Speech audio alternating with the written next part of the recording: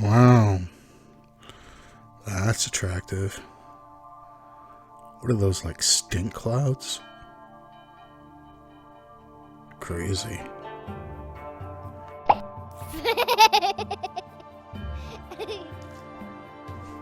What's up, everyone? You got Mind Circus here with you, and today what is on my mind is Untamed.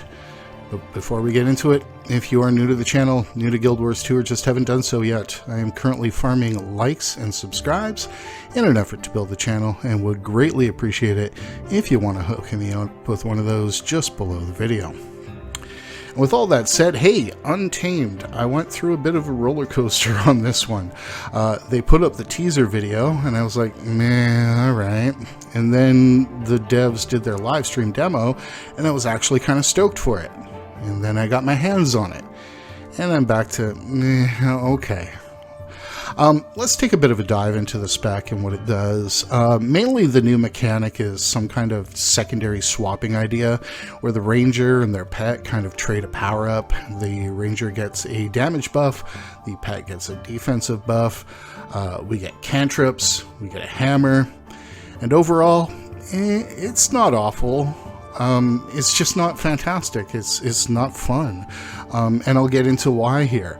I ran in this set up in two different ways. So let's get into the build and the gear here, and we'll take a quick look at it and hopefully shed a little light on what I did with it. So let's pull it up here. So let's take a look at the build that I used here. I used the same build on both gear setups. I used marksmanship. I went with Hunter's Gaze. I went with Farsighted. I went with Remorseless. Farsighted, not great in terms of what it was providing, but it is a 5% damage increase, so went with that. Looking down here at Beast Mastery, I went with Potent Ally as a might generator. Went with two-handed training for the Fury when you disable a foe. And I went with Honed Axes. Over here under Untamed, I tried a few different things. I got the best results running it this way, which is with Debilitating Blows, which is disabling a foe applies conditions, those being weakness and vuln. Okay, I went with Enhancing Impact. Disabling a foe grants boons based on your current state, and I flipped between the Grandmasters here. Let's take a couple of quick seconds here and talk about the Grandmasters, and let's talk about the traits in Untamed in a whole. These up here, okay, were so much better than these other two under every scenario that these are what you want to run, okay? And it really kills the build craft on this one. The rest of the traits are really unimpactful in the first two lines. In the Grandmaster line was a little bit more interesting. The Fervent Force was not bad, though. Restorative Strikes is a fantastic trait. And Ferocious Symbiosis is a really nice damage increase. But that said, Restorative Strikes is a percentage of strike damage you deal heals you. This is the trait that Ranger has needed for a very long time. Okay, and really what this is some passive sustain off power damage. So really nice trait. This trait is probably the only thing that I really felt great about with the spec, to be honest with you. Again, you know, Ferocious Symbiosis is really nice damage increase, and it's really noticeable, and it's nice. But Restorative Strikes is where it's at, particularly for your solo open world roaming, which is really the meat and potatoes of this channel. So that said, the rest of this is really not good, to be honest with you. Bolstering Unleash, you know, I didn't find myself using the Unleash or swapping the Unleash very often, so didn't feel the protection. Might generation better handled with a Sigil. So Enhancing Impact here was probably your best bet. And again, you know, remove conditions when you or your pet unleashes. And really, this gets back to what I've said more than once. You know, Condi play in open world, not your best thing to be trading into, not your biggest value. And again, you know, this might be better for competitive, but let's be clear. this is never going to be good in World versus World. Or maybe it will for roaming. Let me be clear about that too. When I say for World versus World, I mean for World versus World Zerging, where Ranger just really hasn't had a place, according to the quote-unquote meta. You're still better off playing Soulbeast, and really, in World versus World, that's just where I'm going to leave it. Venomous Outburst applying blindness is a meh situation at best. So ran this kind of setup on both gear setups. Let's take a look at the quick gear setups here. I am running, and again, apologies to those of you who get triggered by my broken armor.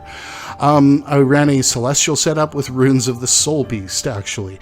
And the Runes of the Soulbeast, when you have a pet active, gain condition damage equal to 7% of your power.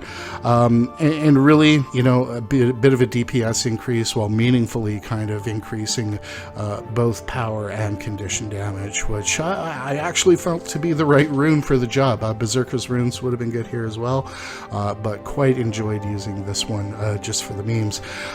So Celestial setup on everything. Over in the hammer, running a Sigil of Accuracy and a Sigil of Force. Over in the axes, which I was using as my secondary weapons, a Sigil of Force. It looks like I have 2 of these here. I would probably put a Sigil of Accuracy in there just for the better results. Obviously, one of these is not going to be providing us any value.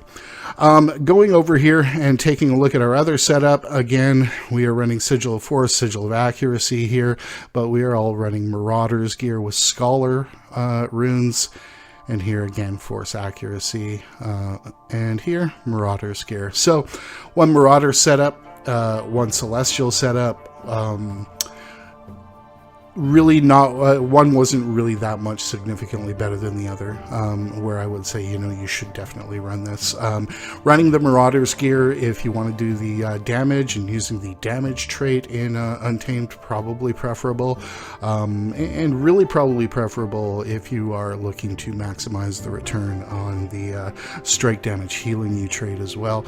But that said, in the real world, I didn't notice a ton of difference between these two setups in terms of the damage that we're dealing, and got a little bit better sustain, obviously with the toughness and increased vitality out of the Celestial gear. So 6 of one, half dozen of the other. Didn't see a big difference either way. Again, just to be clear, running hammer and axe on that.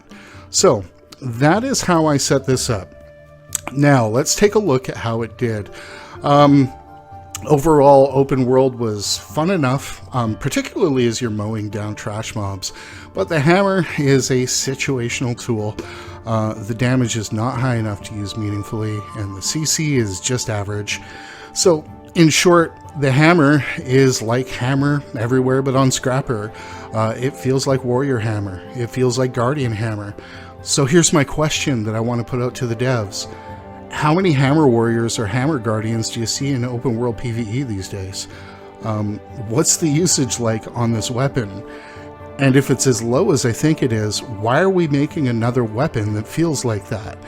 If we're indeed looking at a situation where this spec was made out of some sort of fan service to an old Guild Wars 1 build, and you're relying on the nostalgia, I mean, that's great, I suppose. But here in open world Guild Wars 2, it's meh. It's just meh. I think adding a utility weapon on Ranger was really good. I think there are plenty of ranged and melee options already. But when you compound the fact that a chunk of the class's mechanic is directly tied to the hammer, and the hammer's not exciting, and it doesn't extend any other weapon setup, you've just gone ahead and you've made a bad situation worse with that. So that's kind of where we're at on that one. On the plus side, it feels absolutely great while roaming and taking out trash mobs. It's a competent open world soloist, but let's be clear that a lot of that competence is largely due to the one trait that I mentioned in Untamed. The access to quickness is really good, and above all, when we trait for supercharging the disables, that's impactful, that's fun. The F5 works and feels like it should. And finally, I really like the mechanic on the Elite cantrip, where smacking things brought back its cooldown faster. It was a really fun interaction that I enjoyed, and would like to see this on other abilities in the game. So, kudos on this one. Big win there. The downsides, however, are plentiful. Number one, it's still a pet ranger. The pet AI in this game is not great, and the control that we have over the pets is negligible. So this means that things like desert bounties with modifiers like polluter or scorcher, hey, the pet just stands there and eats the damage. The new class mechanic means it can eat a little more damage, but again, against bigger game, it's a predictable routine of the pet going down and the ranger waiting for the cooldown to respond to a new one. So, not great. The cantrips are mostly useless. I found myself using exactly 2 of them. I liked the Elite, and of the rest of them, the one that I liked, the Exploding Spores, was even frequently missing its full effect. But, as I mentioned, like I say, the Elite cantrip is love. It's fantastic. The rest, though, were an absolute hard pass. So, here is my feedback list. Number 1, visual effects. This thing looks awful. This green kind of stink cloud coming off me, I don't even know what to say about this, but, you know, give us the ability to change these things, or, you know, tone it down, or just make it a little more elegant or something. As it stands, it's just an eyesore. I don't like it very much at all. A number of the traits in Untamed felt very unimpactful. And as I mentioned that up there, particularly out of the first 2 lines of traits, I found maybe 2 traits I liked in there. The rest really felt weak sauce. Hammer's damage is weak. Hammer's damage feels unimpactful. Even when you start stacking that might, even when you start supercharging those disables and everything, the hammer's damage really still feels weak.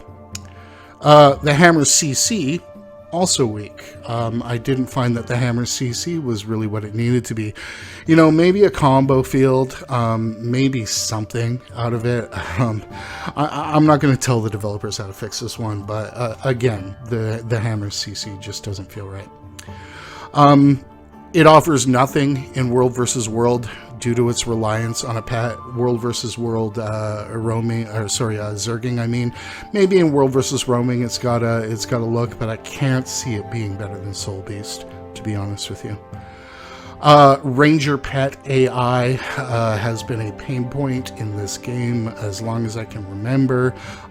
The Ranger pet AI is dubious in the eye of the AI. So really maybe something that can be taken a look at, or something that maybe this spec could start to address. That would be huge. That would be transformative. Most of the cantrips felt absolutely useless. Like I say, I had 2 cantrips I was using, the Elite and the Exploding Spores. The rest were a hard pass. And finally, I think most tellingly, the playstyle of this spec isn't that much different than Core Ranger.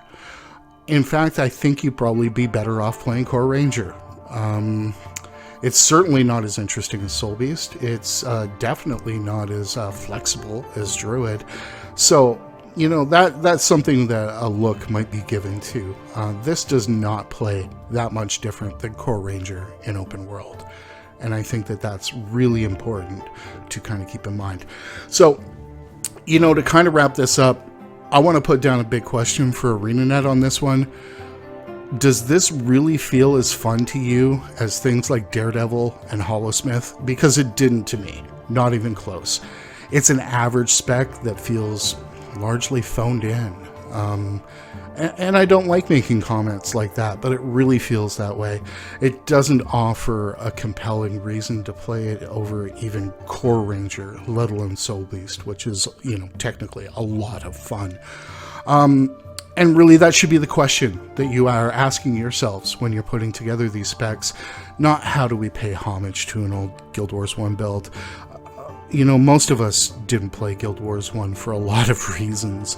And really, let's keep that in mind as we're doing these homage pieces. Whether it's the story, or whether it's where we're going in the world, or whether it's these elite specs, let's keep in mind that Guild Wars 1 was not a part of everybody's kind of growing up, and delivering fan service to Guild Wars 1 players with an elite spec is really kind of an exclusionary thing.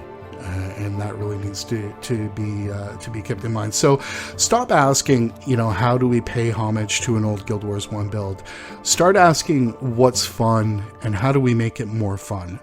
Because fun was not at the core of this specs design, and it really shows. It really shows. Guys, thanks for listening to me ramble for a few minutes about this. Like I say, not awful, not great, not a whole lot of fun, but not terrible, and that's where we'll leave it. The rest of it's there in the video. Thank you very much for getting to the end of this video. I also want to remind you all to have fun in game, and you know what, min-max your real life. And with all that out of the way, I'm just gonna say, hey, see you again in the mists.